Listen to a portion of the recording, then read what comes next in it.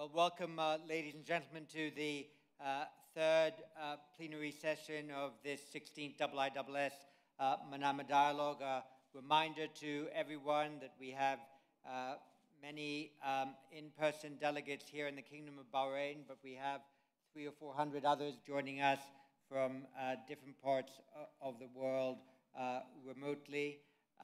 This has been an excellent reminder that socially distanced face-to-face diplomacy is still an important element in international relations, and we're delighted that IISS to have been able to revive that practice at this Manama Dialogue after what has been for most, if not all, a 6 or 7 month hiatus from genuine multilateral diplomacy that is conducted three-dimensionally rather than two-dimensionally.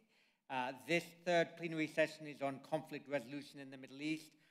We have provided a wide definition of the Middle East for this session, and we're delighted to have two deputy prime ministers and a national security advisor, all people who have engaged in different ways with the IISS over the years. I'll introduce them briefly in the order in which they'll speak, and then ask them to address us from the podium, and then we'll engage in the normal conversation and dialogue that we have so successfully done already today. Aman Safadi is the Deputy Prime Minister, Minister of Foreign Affairs and Expatriates of the Hashemite Kingdom of Jordan, and he's been involved in many Manama dialogues over the year, and his energy and commitment to diplomacy and peace building is known so well by all of you. Dr. Fouad Hussain is the Deputy Prime Minister and Foreign Minister of Iraq. From the very first year of the Manama Dialogue, we engaged the Arab Republic of Iraq in our conversations, and always have had representation from Iraq that respected the diversity of that tremendous country, a diversity that is still celebrated even while it is going through so many continuing internal difficulties. And we're delighted, Dr. Fouad, that you're able to represent Iraq today. And Dr. Hamdullah Mohib, the National Security Advisor of Afghanistan.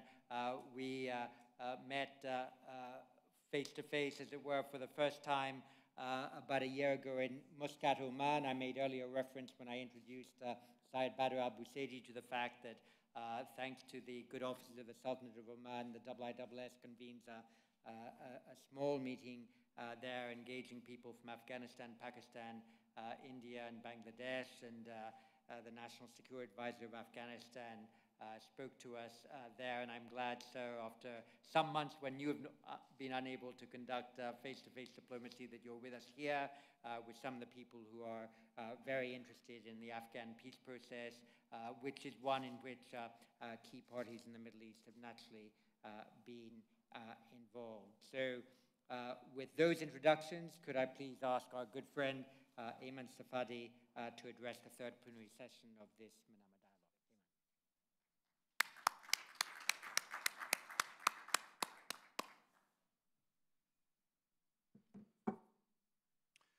Bismillah ar-Rahman ar-Rahim. Your Excellencies, dear friends, good afternoon to you all. And allow me to start by thanking our gracious hosts, our brother in Bahrain, for putting together this, as the intro just said, very, very timely meeting to search for solutions to the many problems that continue to afflict our region. And of course, grateful again to my dear friend John Shipman and my colleagues and friends in the IISS, and I've had a long friendship with the Institute. And thank you again, sir, for making this happen despite COVID and despite the many challenges that we all have. And I think this speaks to the commitment of the Institute and Bahrain to make sure that we do come together for a very necessary conversation on what we do next. And I'm honored to be in the company of my dear friend, Minister Fouad Hussain, and our friend Dr. Mohib as well, for what I know and hope will be a very direct and straightforward conversation. Title of our session is Conflict Resolution in the Region, and if I look at the list of conflicts that we have from the pandemic, which is new, but it is a challenge to all of us, to conflicts in Palestine, Iraq, Syria, Yemen, Libya, tension in the Gulf. I would say we haven't really done a great job conflict resolving in this part of the world. I think the past decade or so has witnessed more conflicts than it saw breakthroughs towards solving them. And this drives me to say that key to this failure is the lack of a comprehensive strategy that is very frank and honest in identifying the sources of threat and identifying clear objectives and mechanisms that would enable us to move towards the solution. So conflicts are many, breakthroughs are limited, and that is why we need to come together and we need to speak together and we need to work together with a view to ensuring that we have at least a path towards resolving many of those conflicts. I mentioned the interconnectedness of those conflicts, and they are interconnected.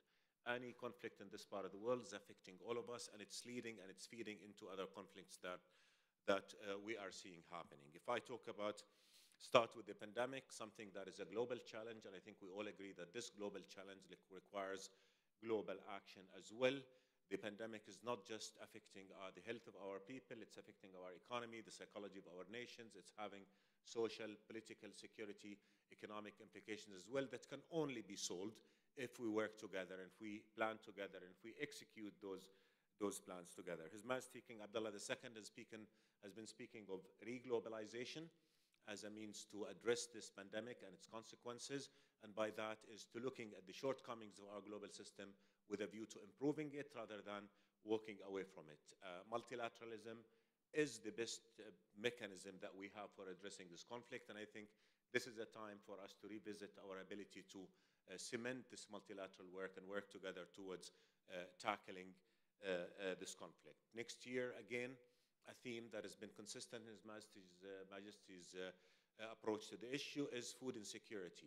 The disruption in the supply chain that has been caused by Corona, given the many conflicts that we have as well, is going to make food security a major challenge going forward.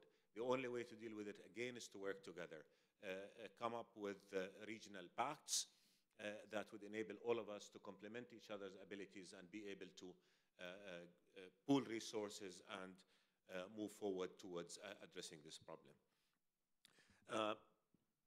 I think what has been lacking in terms of addressing the other conflicts that have been plaguing this region is consistency and clarity on what needs to be done and what the solutions are. And I start with the oldest of conflict, the core source of conflict in the region, which is the Palestinian-Israeli conflict. This is the source of the greatest part of tension that we've seen in our region, and it has fed into other conflicts that continue to exist. We all know what the ultimate answer to this problem is. The two-state solution on the basis of June 4, 1967 lines would occupy Jerusalem as capital for an independent sovereign Palestinian state to live in peace and harmony with the state of Israel. That is an objective. Have we been moving towards it? No. Unfortunately, other conflicts have taken away from the focus, and even in efforts that are trying to solve the conflict, we've seen a deviation from that. If we do not solve this conflict, what is the alternative? The only alternative is the one-state reality. And if we come to a one-state reality, the question that all of us are going to have to answer in the international community, is it going to be another apartheid or is it going to be a democracy?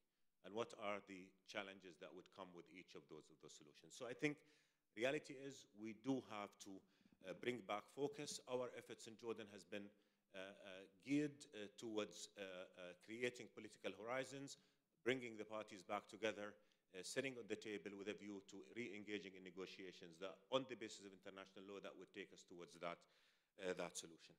Now, the new peace deals that Emirates and Bahrain have had with Israel, when we speak in Jordan, we speak with the credibility of a country, of a peacemaker, a country that has had a peace treaty with Israel for 26 years. And we're often asked, what are your views? And we say what we believe is right. It is going to depend on what Israel does next.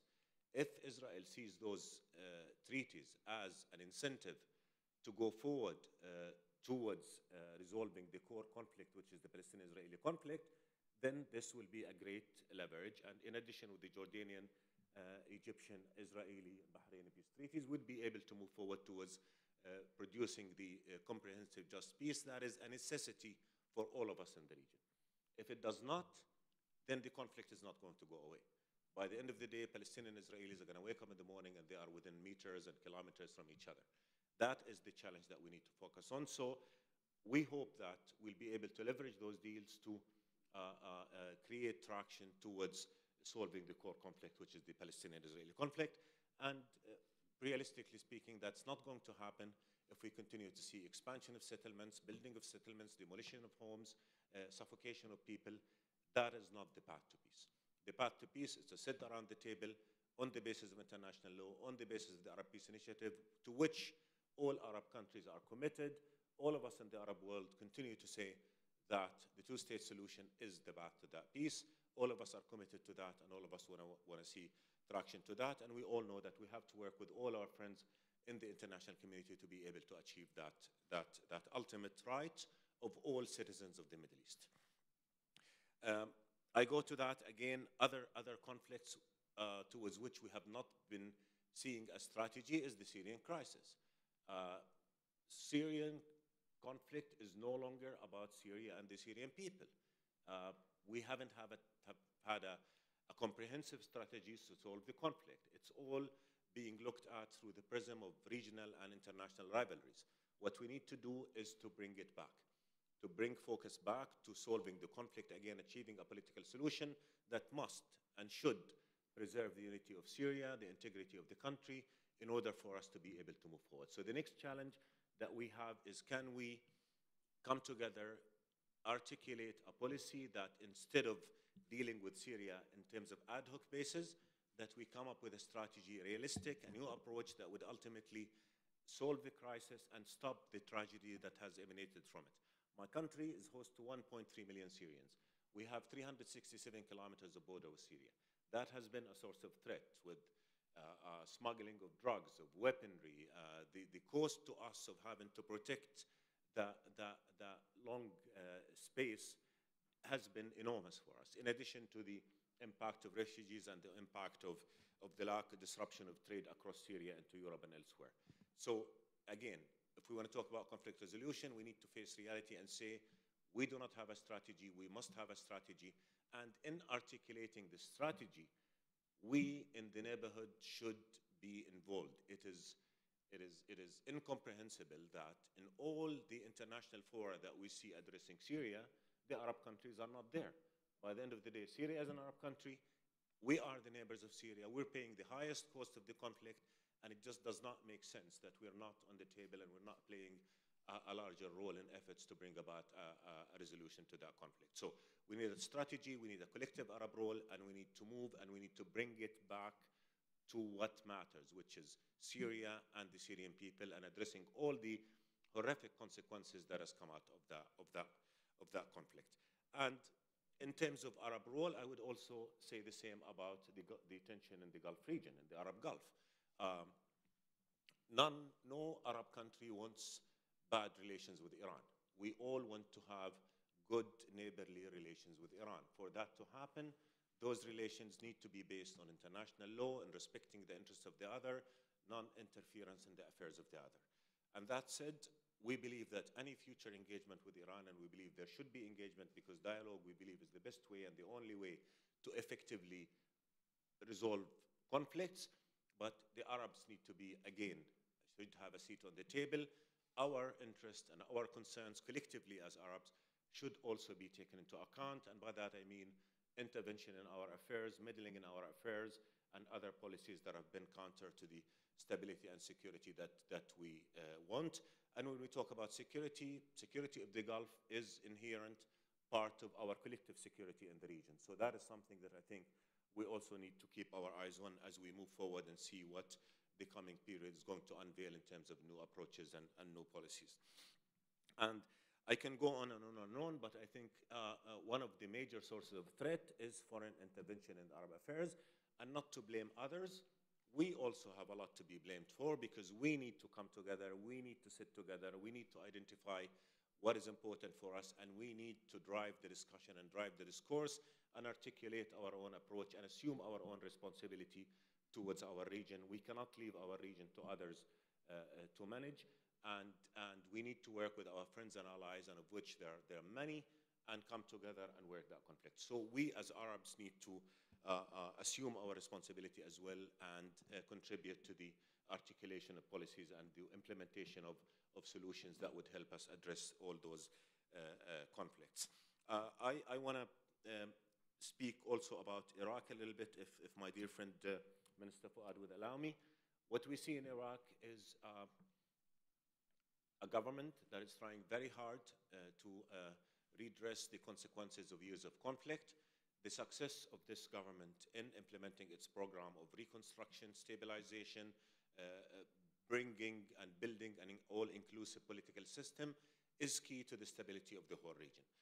To succeed in doing that, we need to help the Iraqi government with its reconstruction and rebuilding plans. We need to make sure that Iraq does not become yet again a battleground for fighting out regional agendas and international agendas. And because if we do not do that, then we risk the stability of Iraq, and if we risk the stability of Iraq, we're risking the stability of the whole region. Iraq has achieved a major victory against ISIS, but we need to complete that. The only way we complete it is by making sure that we stabilize the political system and bring about tangible improvements in the lives of people. And for that to happen, we need to immune Iraq from the repercussions of regional tensions that are affecting it. That is another area that I think is very important for all of us to be aware of. We've got Yemen, we've got Libya, the list is so long, and that's why, as I said, I mean, our record in conflict resolution has not really been one to be proud of as a region. But I think the answer to all of that is, one, realize how interconnected all those conflicts are. Number two is, again, to have a holistic approach to those problems that factors in the particularity of each conflict, but the underlying reasons for them are pretty much tied together. So we need to have clarity on objective, we need to be realistic, and we need to put the interest of the region and where it should be and give it the priority it deserves. Of course, our region is key to the global stability, and therefore cooperation and coordination with our allies and friends internationally is key. But I think, once again, we need to have clarity, we need to identify an agenda, and we need to all work together towards developing that agenda. And that applies to all those conflicts, and it also applies as well to terrorism, which is a threat that is to all of us. The war on terror is our collective war, and I think to win this war, we need to, again, address the conditions that allow it to grow. Terrorism grows and thrives in areas of conflict. It preys on despair, it preys on the lack of opportunity and the lack of hope. So, to tackle terrorism, yes, we need to defeat it on the battleground. We need to coordinate security-wise to make sure that the terrorist groups cannot pose a security threat to all of us. We need to focus on the virtual world because that's where they're grouping. And we need also to win the ideological battle.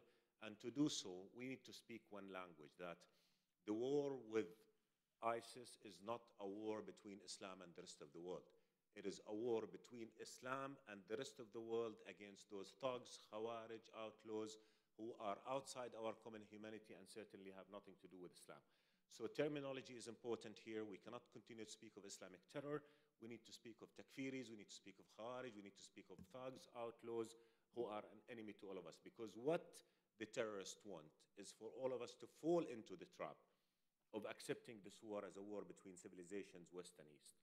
So that is very, very important as well. And I think we have the Aqaba process in Jordan, a process that His Majesty has launched many, many years ago with a view to having a holistic approach to fighting terrorism as well.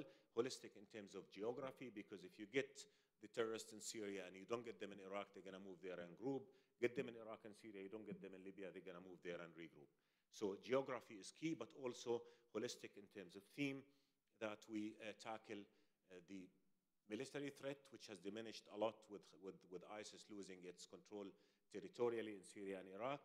The security threat, which is still potent, and we do see ISIS and Al-Qaeda trying to re-image, but most importantly, long-term, the ideological threat. So ultimately, to solve all those conflicts, we need to think together, we need to plan together, and we need to act together, because if we do not do that, we will not improve our very sad record in conflict resolution in this part of the world. And thank you so much.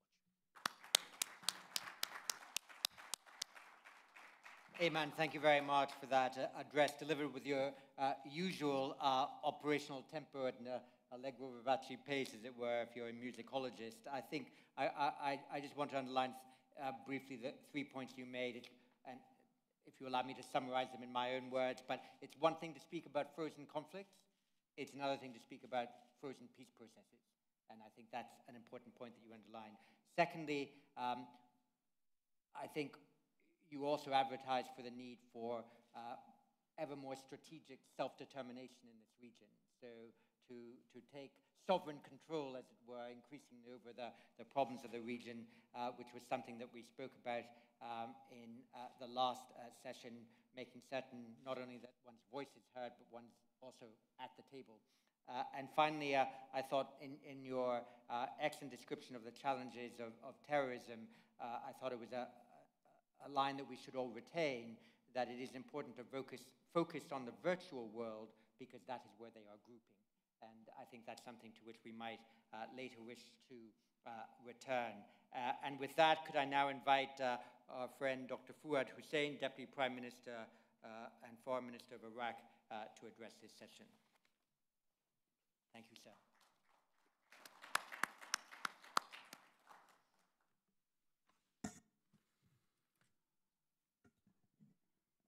Masal khair. Your Highness and Excellencies, Foreign Ministers, Your Excellency Abdul Latif bin Rashid Al Zayyan, Minister of Foreign Affairs of the Kingdom of Bahrain, Chairman of the Summit, ladies and gentlemen, good afternoon. It is my pleasure at the beginning of my remarks to express my appreciation and gratitude to the government of the Kingdom of Bahrain for its efforts exerted in holding the 16th Regional Security Summit for the good preparation, organization, and warm reception and hospitality. I would like to congratulate His Excellency Abdul Latif bin Rashid Al Zayyan, Minister of Foreign Affairs of the Kingdom of Bahrain, for presiding over this summit, placing our confidence in his good management of his work. I also would like to thank Dr. John Chipman, Director General of IISS, and Sir Tom Beckett, Executive Director of the International Institute for Strategic Studies, for directing the invitation to participate in the activities of this important summit.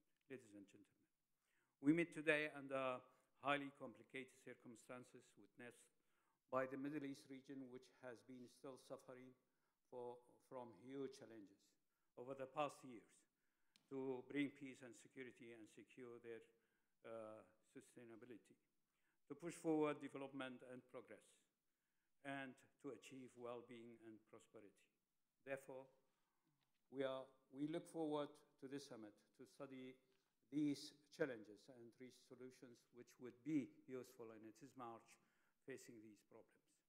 Security is a fundamental pivot in achieving stability, and if a state's responsibility arises from its economic and military potentials and capacities, as well as others, to preserve its security against the internal and external challenges it faces, then the preservation of the regional and international security and the safety of countries and their peoples requires huge collective efforts shared by the states, so as to bear their responsibilities and abide by their commitments to achieve security and preserve its requirements with a view to reach a safe world whose generations enjoy peaceful coexistence and lasting stability. The conflicts and disputes this region has been witnessing over the past decades, with the absence of mechanisms to resolve disputes compared to other geographic areas worldwide, have made it one of the most tense and troubled regions in the world and left conditions of instability whose implications and roots have taken hold over time. Here stands out the importance of resolving the ongoing conflicts as a basic priority to achieve stability, at the forefront of which is finding a permanent and comprehensive solution to the Palestinian issue based on the right to self-determination for the Palestinian people according to their will and their leadership's vision. For the Palestinian people are the owners of the cause, and they are the owners of the choice. This also applies to the ongoing conflicts in Syria, Libya, and Yemen, which need more than any other time the political solutions that are based on the language of dialogue, understanding, and giving priority to the national interests at the expense of the strategic goals. Due to the continuation of militarization, the conflict and the attempts to solve it by the military means, which exacerbated the deterioration of the humanitarian conditions in these states, contributed to the destruction of the infrastructure, halted the wheel of the economic development, created the tragedy that left innocent civilians casualties due to the continuation of the fighting, and accordingly the destabilization and insecurity cast their burdens on the whole stability circumstances in the Middle East. As regards Iraq, has fought a war against Daesh terrorist groups for 3 years and encountered a gross danger that threatened Iraqis' unity and stability, but also targeted their security to be undermined in the Middle East region and the whole world. However, Iraq, with its government's efforts, as well as the support of the international coalition and the international community, managed to defeat this terrorist organization, restore the occupied territories from its grip, and re-controlled completely all the areas and cities which were violated by Daesh gangs who practiced the most acts of crimes against humanity, ethnic cleansing campaigns, taking civilians as hostages and using them as human shields during their military operation. Then Iraq launched its national efforts, accompanied by international ones, to reconstruct the areas affected by the terrorist and war operation, working on restoring stability there and embarked on financing and implementing the rehabilitation projects for the destroyed infrastructure, remove the traces of demolition and ruin caused by Daesh terrorist groups after they have been defeated and expelled from the liberated cities. The government has made it a top priority for the displaced citizens to return to their home areas, making available of the requirements and necessities of life for them in a way that alleviated the great human suffering and the consequences they suffered during the period of the terrorist organization's occupation of their areas, and contributes the recovery of their cities and governorates, revitalizing them again, restoring the path of development to them, and overcoming the effects of damage and sabotage in order to achieve safety and stability.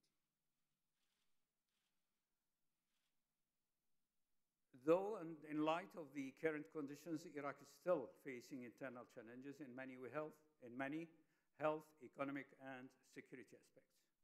There is no doubt that Iraq has been affected, like the rest of the world, by the coronavirus crisis and the spread of its epidemic and its spread among the Iraqi provinces.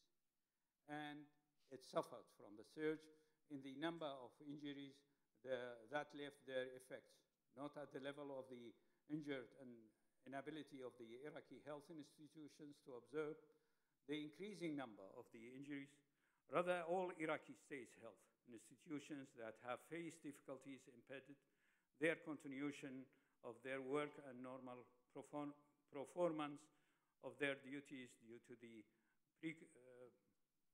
precautionary measures taken by the government to preserve public health and safety of citizens. and to ensure that the epidemic is besieged and it is spread limited. The decline of oil prices in the global market during the Corona crisis also weighed on Iraq, which relies heavily on oil imports to meet the needs of the state's general budget. And the government has faced a major economic challenge as a result of the drop in prices and the recession that struck the global economy due to the pandemic, which affected the pace of the Iraqi economy and exacerbated its problems. On the security front, despite its defeat of the terrorist organization of Daesh, yet the organization still has the ability to carry out sporadic attacks inside Iraq. And there is still an urgent need to eliminate its remnants.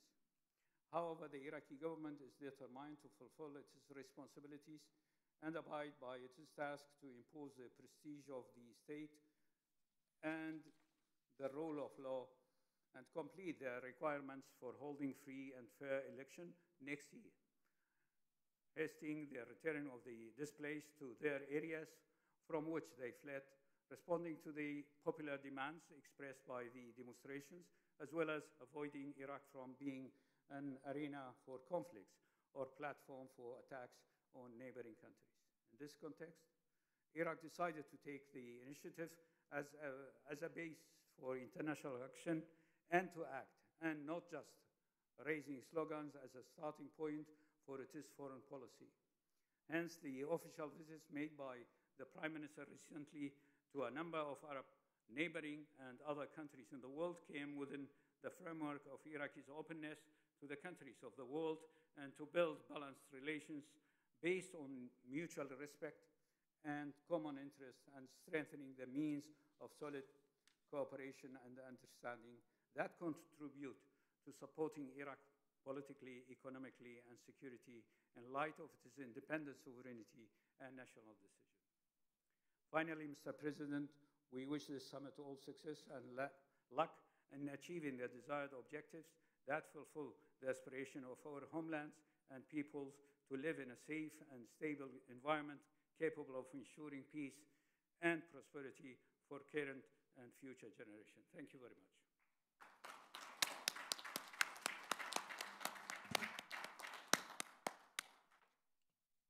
Deputy Prime Minister and Foreign Minister, thank you very much for that excellent statement and for also reminding us of the way in which recently Iraq has worked hard to re-engage with its immediate region in the hope and with the aspiration of getting stronger support for your government, to which many look in hope for the stability of Iraq and to build back better, if I can use a phrase that is now current in international politics. And we wish you and your government all the best in these efforts that are genuinely noble.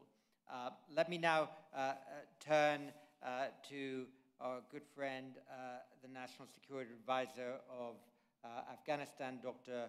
Hamdullah Mohib. We talked a lot about conflict resolution. There has been a peace process in Afghanistan, and we'll also be very interested in getting your views as to how consolidated that peace process is and how it can be carried forward. National Security Advisor, the floor is yours.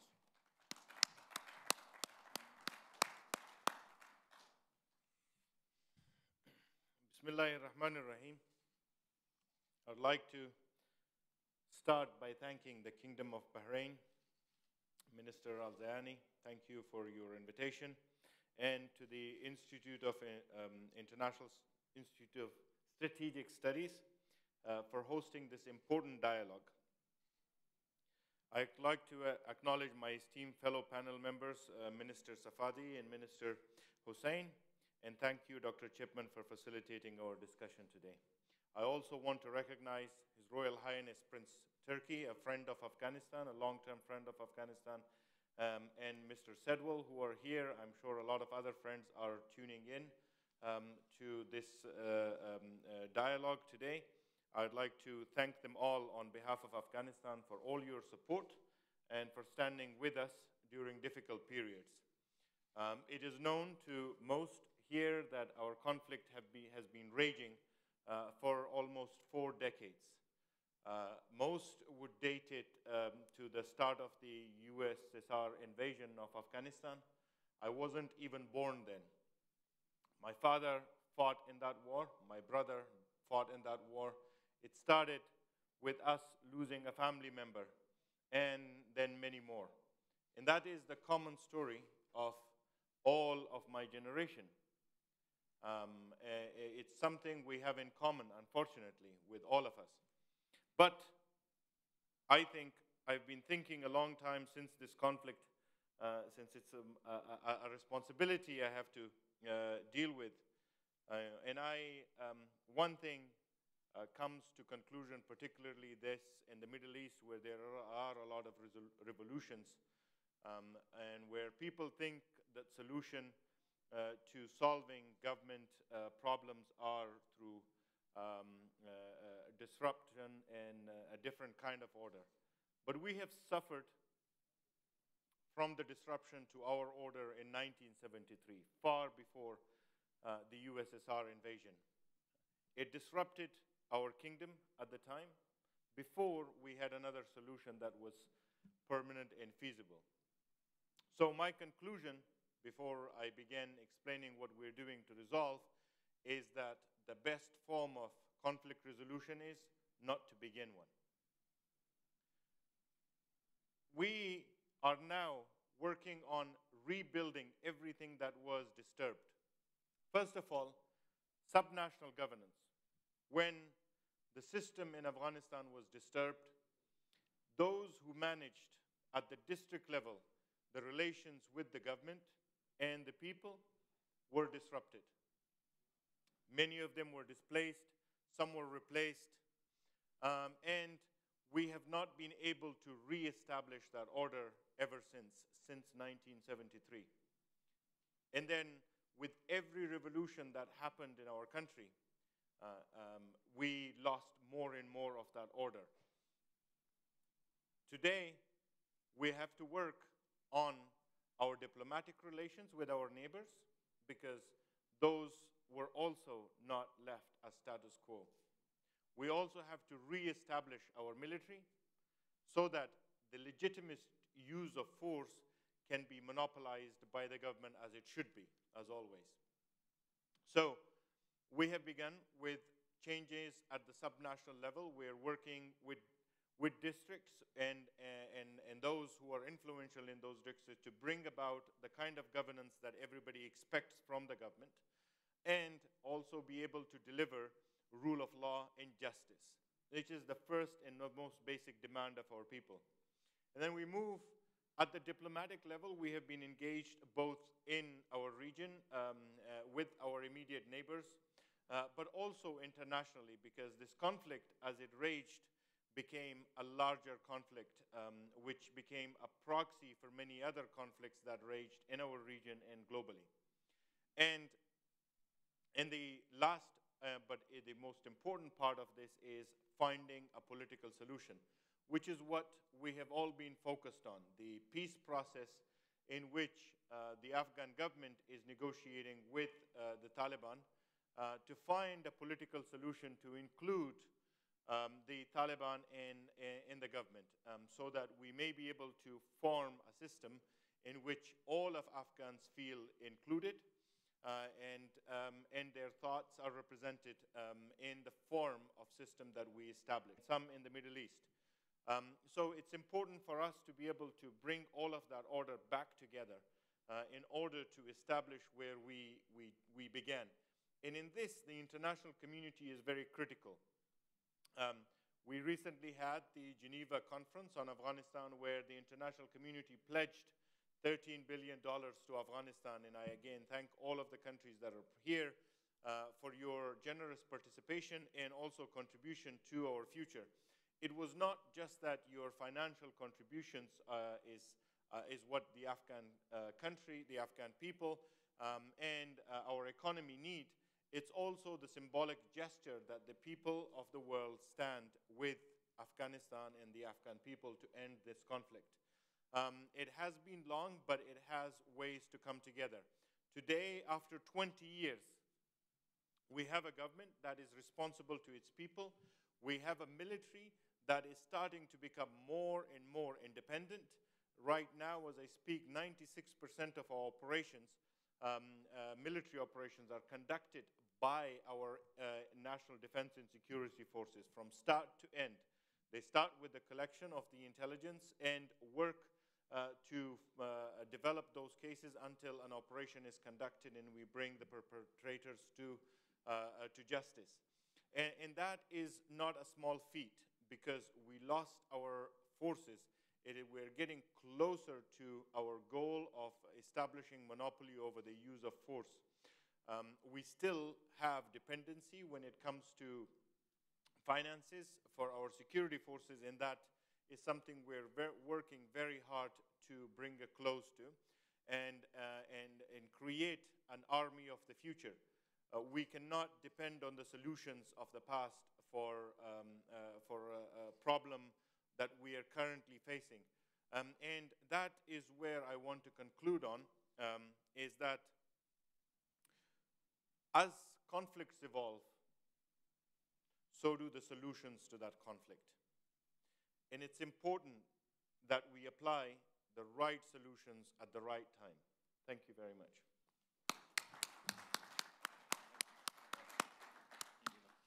Thank you very much indeed, National Security Advisor. And again, I call for interventions from the floor, and I will make certain, turn to the left to make certain I catch those online. I thought the early part of your remarks were very poignant when, if I can paraphrase, if you permit me to, when the fabric of society is torn, then sewing it back together again is tragically hard. And it's a reminder that resilience is an essential component in conflict prevention. The latter statistic you provided at the end of your remarks, I think, is one others in the hall might also ask you questions about. Impressive that 96% of military operations are conducted by Afghan forces, as you say, from beginning to end, but no doubt in people's mind will that be sustainable if there is the anticipated drawdown at the pace advertised of foreign forces from Afghanistan. So I will park that question with you, but I know that you will answer it when we come back. So I'll take 4 or 5 from the floor, if I may, and 1 or 2 from our online group, and then we'll come back to the panel. Since he was mentioned in dispatches, so to speak, could I start off with His Royal Highness Turki Al Faisal? Thank you very much. Dr. Mohib, thank you for your presentation. I have 3 questions for you, if I may. 1, has the Taliban ended their relationship with Al-Qaeda? And number 2, has Iran continued to provide support to the Taliban while it has an embassy in Kabul?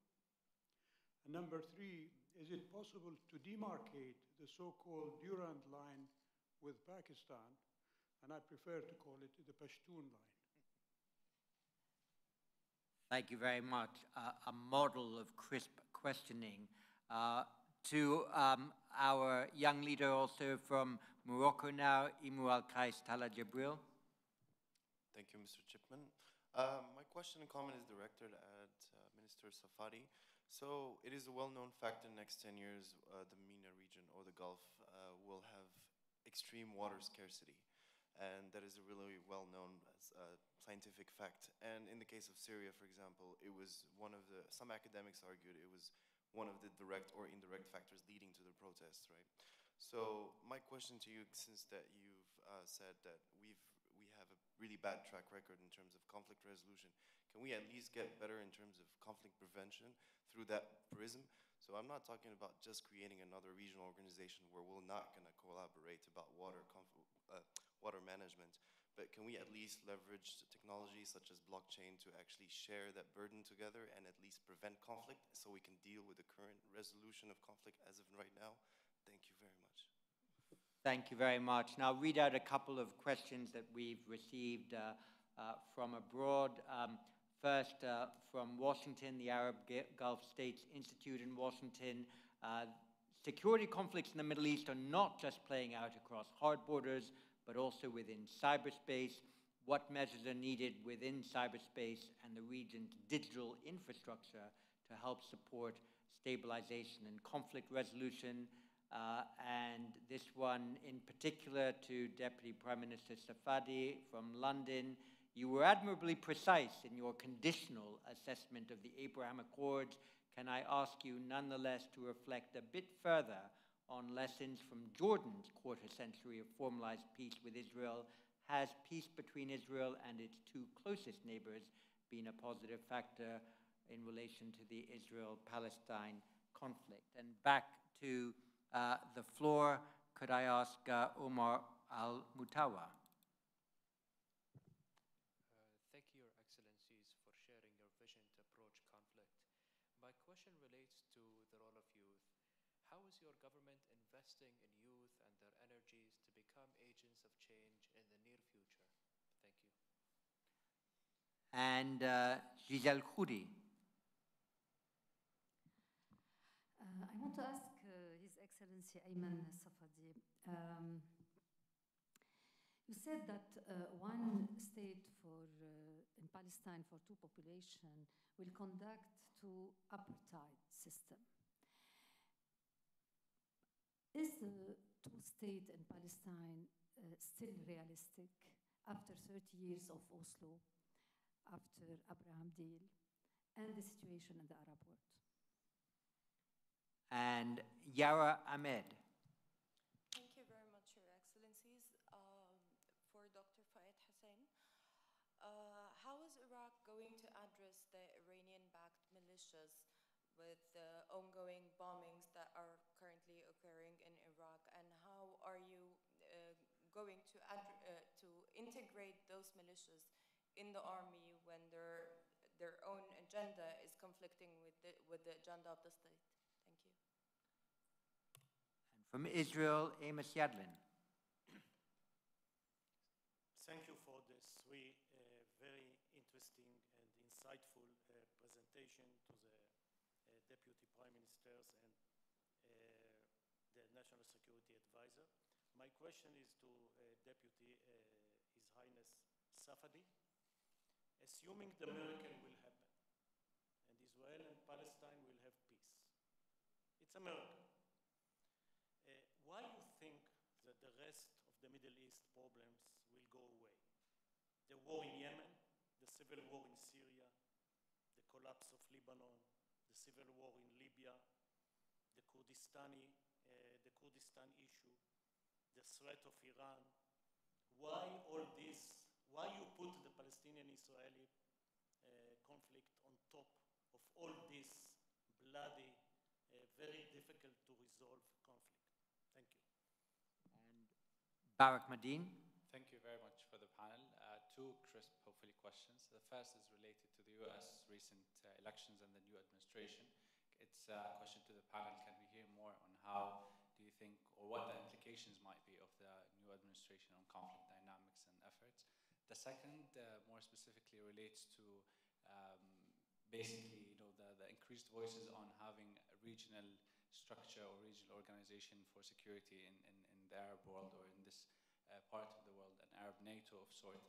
The question is simple. How wise do you think the increased securitization will actually reflect on conflict and conflict resolution efforts in the region? Thank you. Thank you very much. And General Tom Beckett. Thank you. Commerce can often be a confidence-building measure between states, but it normally requires security for it to prosper. And in that respect, what are the prospects for the Iraq, Jordan, and TAPI pipelines?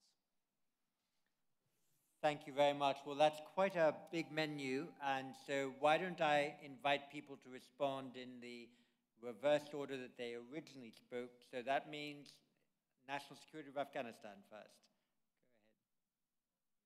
Go ahead. Okay. Well, His Royal Highness asked the three of the biggest challenges we face in bringing peace to Afghanistan. First of all, on the issue of terrorism, the relations between Taliban and Al-Qaeda. It's impossible for the Taliban to cut off relations with Al-Qaeda. They have become one.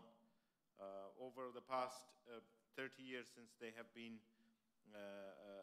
working together, they have intermarried, they have established working relations, and their ideologies have merged.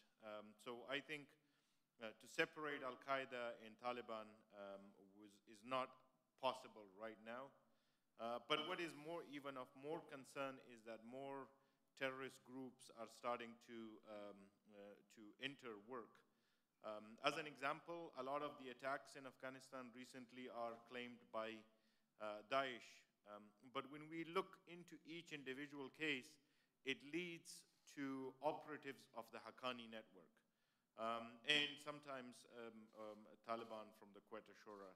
And then it even further goes and connects to Lashkar-e-Taiba. Now, we are yet to evaluate that and conclude reach a final conclusion, but there are several scenarios.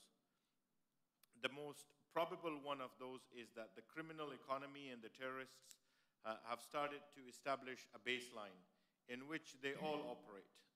So you would find that the Lashkar-e-Taiba would find a target for which it will find resources, and then hire the Haqqanis to provide a platform for them to do the logistics for that attack, and then eventually be a Daesh suicide bomber recruited to then go off and finish off the job. So they are all interlinked and work together. To separate these groups is to differentiate between good terrorists and bad terrorists. And that strategy has not worked in the past and wouldn't work now. We do recognize that amongst the Taliban, there are people who have legitimate political grievances in which we think that the peace process will give them an opportunity for them to come to mainstream politics. But there will still be those who have those ideologies that they share with Al-Qaeda and Daesh and other terrorist groups that operate in the region. As for our relations with Iran, they have good relations with the government, the Islamic Republic of Afghanistan, but they do have contacts with the Taliban, and they admit to to having those contacts. From our discussions with them, they tell us that these are to encourage the Taliban to come to the negotiations with the Islamic Republic. In the past few months, since there has been negotiations, they do publicly seem to support the Islamic Republic, and I think I'm going to leave it at that. As for the Durand line, we think we have too many conflicts to resolve right now. The best solution at this point would be to go back to the 1970s status quo, and then work our way forward from that. Right now, if we were to add this as a solution, I think it would put too much burden on the Afghan state and people that we would not be able to resolve, that this conflict would go further. So what we work with is to have Pakistan's pragmatism in trying to resolve the conflict, which it will immediately benefit from both financially and from national security perspective, to get back to the status quo before this war erupted, and then find a solution once we are in a more stable position. Thank you. I do have some other responses, but I don't want to take up all my time. Go ahead. There needs to be on this issue of the U.S. elections, we, our relation with the United States has been multiple institutions that we work with at defense and diplomatic spaces and intelligence, and we think that those relations will continue. The way the governments work will differ, obviously. This administration has a particular way of working, and we think going into a Biden administration, They may be more traditional U.S. Political approaches in that administration. And the final question that was referred to me on the TAPI pipeline, I think that was TAPI, right? It was from here, no, but no, it was, yes. Okay. Yes. We have recently made some good progress on regional projects, including on TAPI. It's soon to reach the Afghan border, and we're going to start building the pipeline inside Afghanistan. We have done most of the work, the land acquisition, security establishment, and we're continuing to work with communities to make sure that once the building starts, that they feel fully engaged and are involved in the security of it, instead of us providing very hard security to the entire length of the pipeline, which I think would not be possible. In addition to that, several rail projects and other lines have started to function, which I think is an indication that Afghanistan is ready for regional connectivity between South and Central Asia. Thank you. May I just ask you, before we move on to Deputy Prime Minister of Iraq, you mentioned the constructive conversations you have with the Islamic Republic of Iran on the nature of their discussions with the Taliban. Do you also raise with the Islamic Republic of Iran their engagements with other actors in the Islamic Republic of Afghanistan?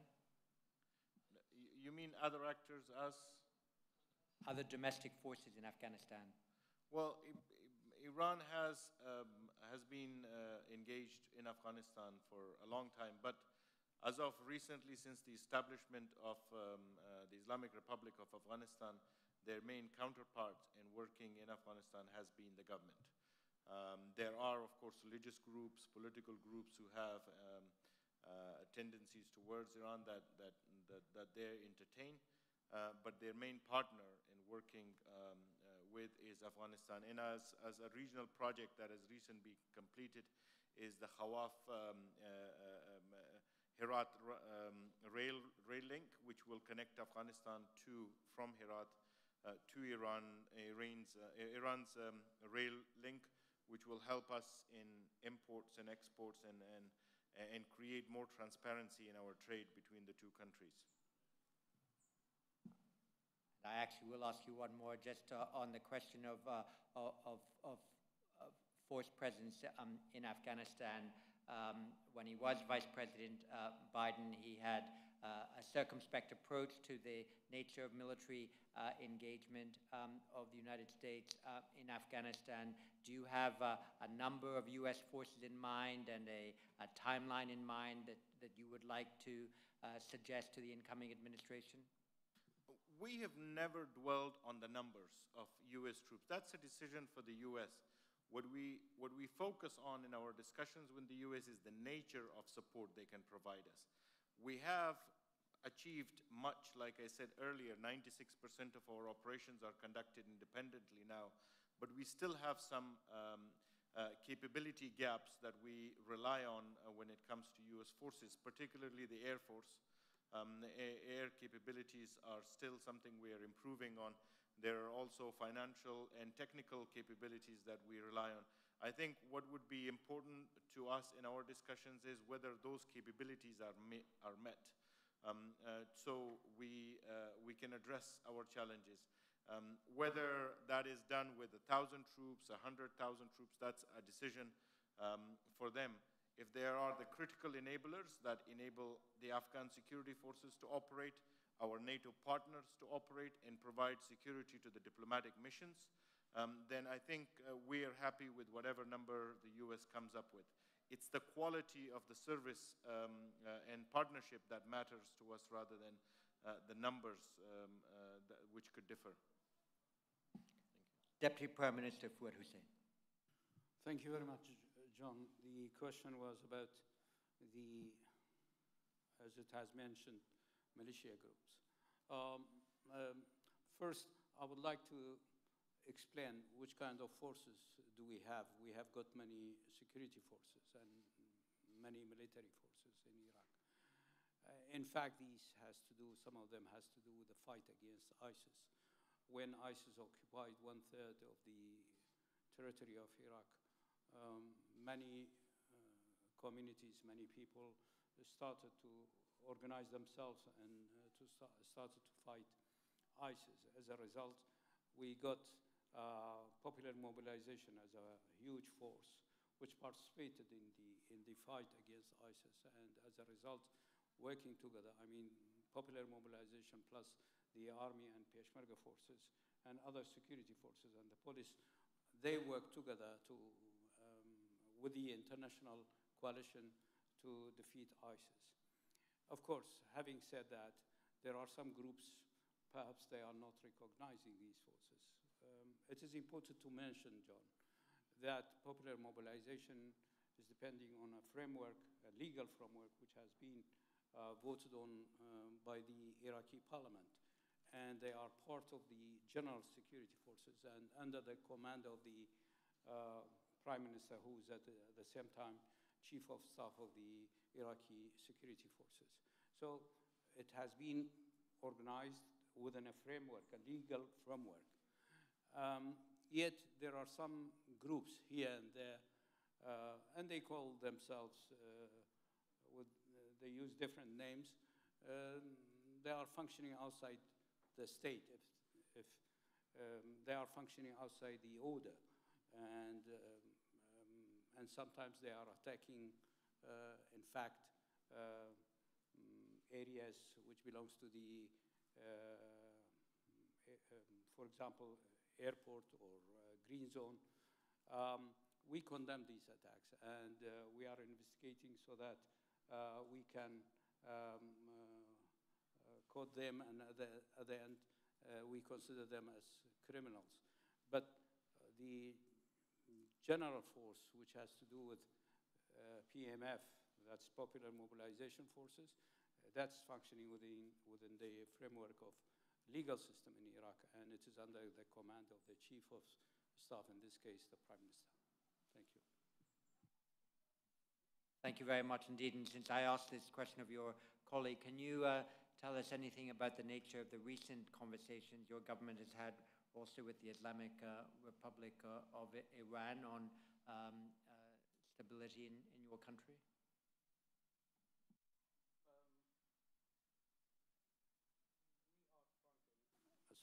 We are frank in our discussion with Tehran and with Washington. The tension between Washington and Tehran affected our daily life and our political life. Perhaps for many other countries, this issue is an external issue. But for Iraq, in fact, it is an internal issue, and it affects our politics. It affects our decisions. Therefore, we had a frank discussion with both Tehran and Washington. Perhaps some people will ask why you consider this as an internal issue while there are two other countries.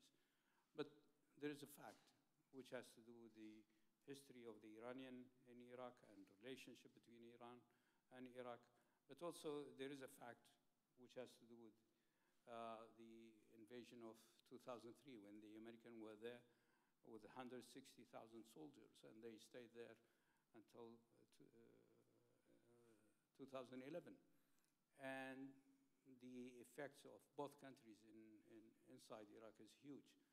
And of course, our relationship with Iran as a neighboring country is also wide and historical relationship, and it depends also on geography and economic interest. So when the tension started between Washington and Tehran, especially in the last years, we saw the effects of this tension inside Iraq internally. And in our discussion with our neighboring, with the Iranian, we hope that there will be a different approach between these two countries. So we hope that there will be dialogue between Washington and Tehran, because that would prevent us and prevent the tension inside Iraq, to be honest. And we made it clear that the Iraqi decision must be in the hands of the Iraqis. That the decision which has to do with Iraq must be taken inside Baghdad and not in other capitals. This has been made clear for both sides. We hope that with the new administration, there will be a different political environment in the region. But we are in continuous discussion with our neighboring countries, Tehran. Thank you very much. And just before I bring in Aman Safadi, there's one more question from the floor. I'll bring in from David Gordon.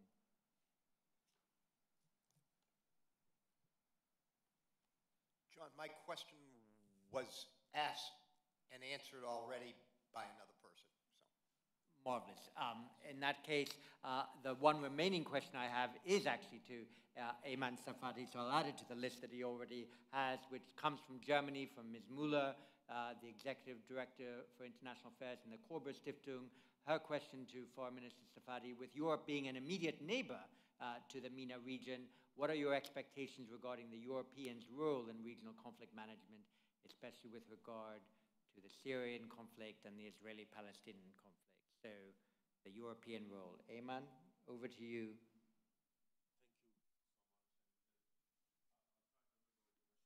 Pardon me if I miss any of them. There was quite a few. Let me start with the question from our colleague from Morocco on the issue of water. Look, in Jordan, we do relate and identify with this problem. We're the second most arid country on earth. I think the first country is our brothers in Bahrain. So we do realize the need to focus our efforts on trying to create new water resources, ensure the most efficient utilization of current water resources. And again, the answer to this is regional cooperation. If you talk about desalination, if you talk about other big projects that would render any such approach feasible, you need to approach that on a mass scale. And that would entail a regional approach to this problem as well, because even in areas of conflict, where you have conflicts over the right of water use, even with the most equitable distribution of water, you would still have shortage, and the region would still need to work together to create new resources for water, to introduce technology to ensure more efficient use, and so on and so forth. And look, the reality is the Middle East, to a great extent, is a region only in name. If we talk about regional cooperation institutions that would allow us to really address important issues that would lead partly to conflict prevention, that would create opportunity, that would make sure that we offer the future that our youth deserve, we need to work together collectively, because everything that happens in the region has implications for each and every one of us. And Minister Zayani and I and many of our colleagues, Saudi Foreign Minister as well, at lunch we're having a conversation about how do we make the Arab League more efficient. All of us think of the Arab League as that one annual session when foreign ministers get together and we start talking out the issues that we have. But under the Arab League, supposedly, there are organizations that have to do with science, with the labor market, with trade. We have free trade agreements in the Arab world that is greatly unimplemented.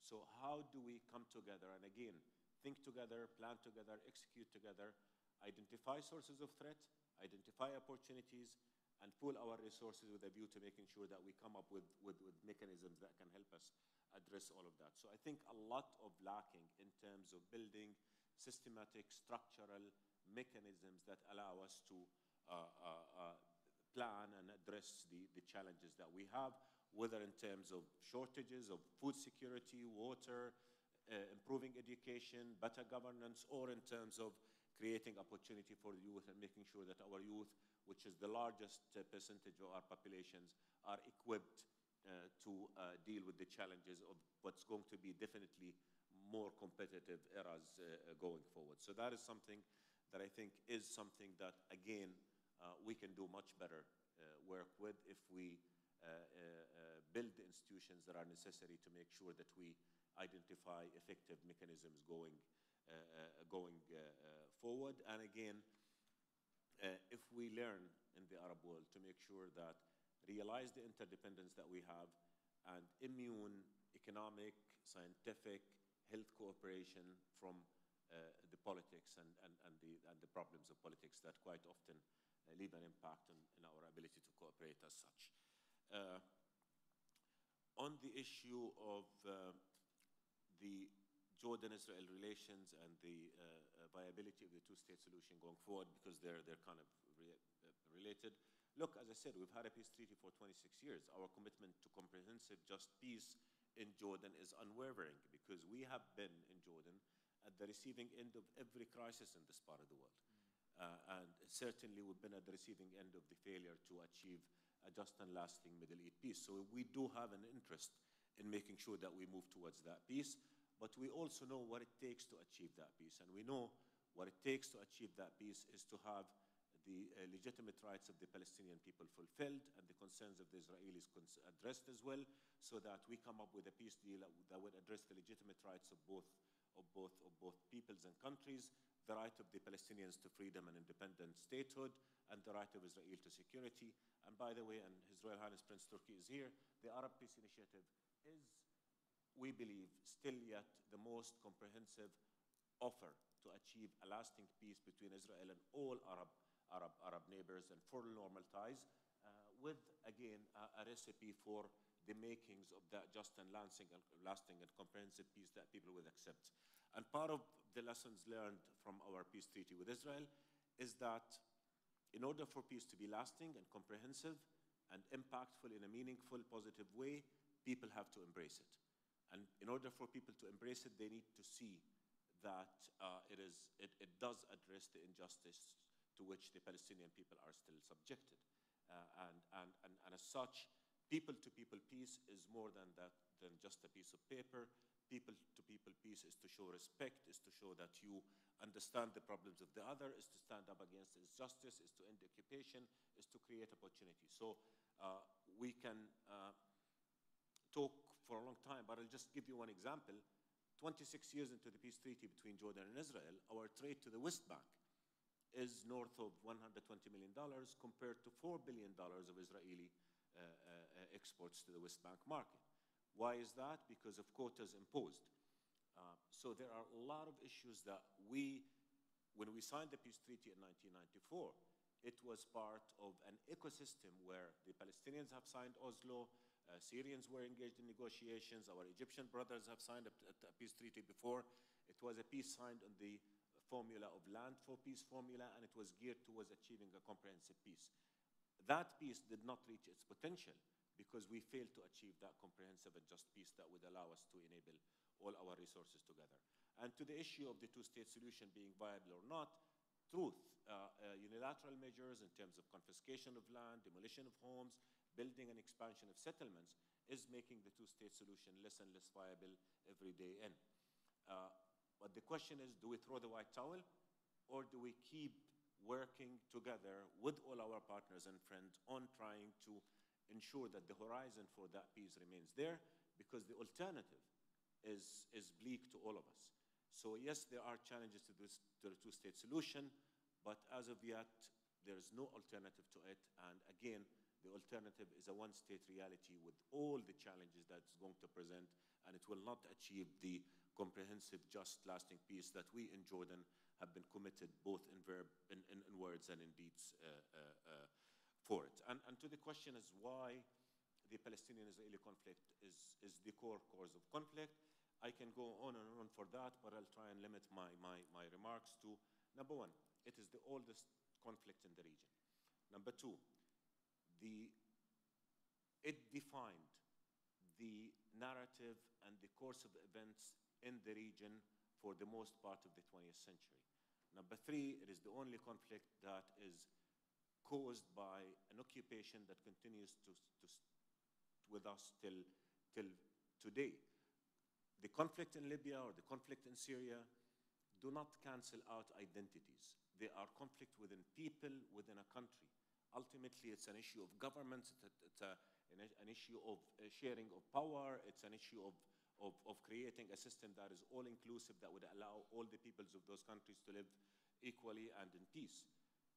The Palestinian-Israeli conflict is about canceling the national identity of the Palestinian people. It is, therefore, an existential threat to the Palestinian people.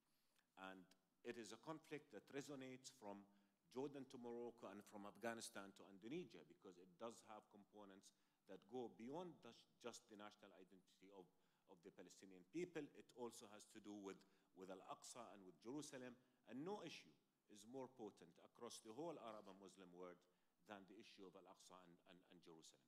So the list is long, but in short, this is a conflict that has caused tremendous amount of injustice that still exists till today. It's a conflict that threatens, that suffocates the national identity of the people and deprives them of the fundamental right to self-determination. And it is a conflict that has repercussions and implications that has shaped our past and will continue to shape the future. And therefore, the way we see it in Jordan is that the only way to resolving this conflict is to find a formula where it will be live and let live, where occupation ends, a Palestinian state emerges, lives in peace, in security, in harmony with an Israel that is secure and that is accepted in this part of the world, and then we move forward. The conflict in Syria can take 5 more years to come, 10 more years to come, but ultimately Syria as a nation, as an identity, is not under question here. With the Palestinian-Israeli conflict, it is, and that is why it is extremely important. On the issue of Jordan, Iraq, and I think one of our colleagues asked about the pipeline, I think we are having tremendously effective mechanism in terms of cooperation between Jordan and Iraq, along with our Egyptian brethren. So we have the trilateral mechanism, which is, by the way, is a mechanism that seeks to achieve that economic integration, giving the history of that economic cooperation that exists between the two countries. It is something that we're doing for the interest of the three of us and the whole region, and we hope it is a kind of cooperation, structured, institutionalized, that would be a block in building a broader cooperation. Again, we all realize how interconnected we are. Ultimately, we want this kind of cooperation to exist among all our countries.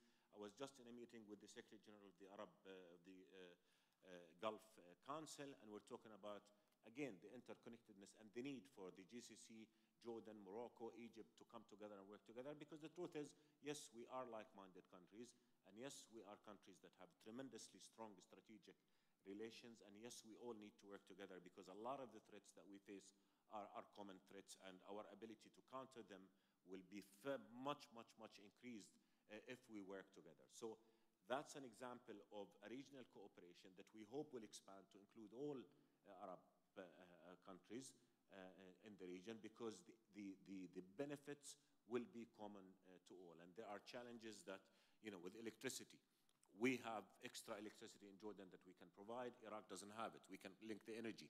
Iraq has the oil. We can have the pipeline that will give Iraq the alternative to export oil, and that Jordan and Egypt would benefit. Saudi Arabia and the rest of the Gulf are linking electricity from the Basra part of Iraq, but the southern part of Iraq, we're linking from the east side of Iraq. Ultimately, we have a connection. We're talking about railroads that would connect the Gulf into Jordan and through Jordan into Syria and Europe. So all these are kind of projects that are really rooted in belief that we do need to build the structures and mechanisms that are lasting, that are sustainable of regional cooperation. And the last question, if I remember correctly, is the question about the role of Europe. We do believe that Europe has a tremendous role to play in this part of the world. Europe is an historical partner to the region. It does have a great understanding. And when I speak of Europe, by the way, I still include the UK in it, because we still see it as such. So there's a tremendous historical efforts and experiences to build on. Vis-a-vis the peace process, Jordan, Egypt are engaged right now in a process with Germany and with France to try and see how we can create political horizon for bringing the Israelis and the Palestinians together around the table, so that we can restart negotiations on the basis of international law towards solving that conflict. Whether in Libya, whether in Syria, Europe has a tremendous role to play, and we do have a strong partnership, and we're looking forward to a stronger EU role in that, and not just in terms of politics, but also in terms of economy. The experience of institution building in Europe, the experience of that regional integration is something from which we can benefit, and it is something that we are in talks with our European friends about, with a view to, again, making sure how we can interact. I was just in Spain not too long ago, as I co-chair the Euromed forum with Joseph Borrell, the EU High Rep, and it was 49 countries talking about, what is it that we can do together to address many of the issues that our younger colleagues here have spoken of, and it's clearly where they're looking at. How do we create opportunity? How do we create jobs? How do we better our educational systems? How do we ensure better health system? And how do we ensure, a regional kind of integration that allow for all that to happen? And if I may add to the challenges that we've just listed, and unfortunately in the Middle East, you always speak of challenges, speak of opportunities as well, and there are a lot of opportunities. We have the largest number of young people probably anywhere in the world in this region, and that is where we need to focus. How do we create opportunity, and how do we move forward with creating conditions that would be conducive to unleashing their tremendous potential that we're seeing manifested in many aspects. And by the way, again, we're talking today, I think, we were in ONGA the year before last last year because this year we did not have ONGA. And we moved from one session to the other about the Middle East, and it's all about conflicts, all about challenges.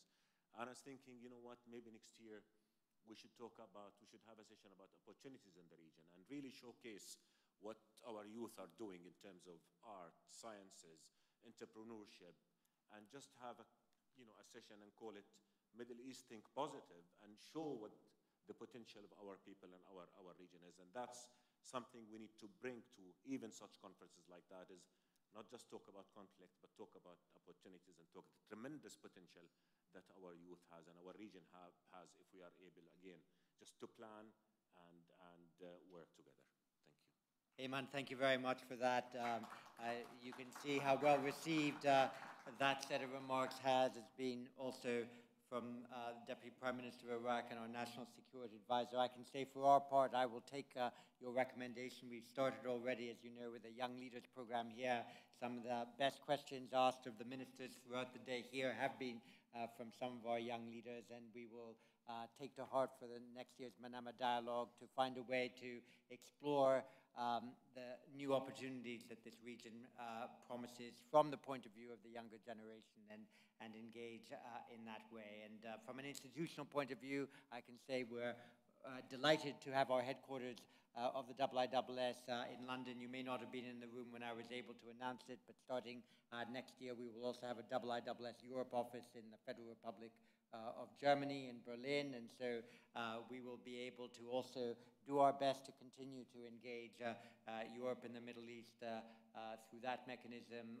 Deputy Prime Minister, we want to thank you very much, and I think you have, from all of us gathered here in the Kingdom of Bahrain, our very best wishes for the success of your government. And to you, National Security Advisor, we all want to see that peace process is consolidated, that it doesn't lose momentum, and that there is a way in which it can be supported both in the region and internationally. And we wish you best of luck in that effort. So from all of us here to you, thank you very much for this session, and we'll see you all again at 8:59 tomorrow morning when we have our 4th plenary session of this Manama Dialogue. Thank you very much.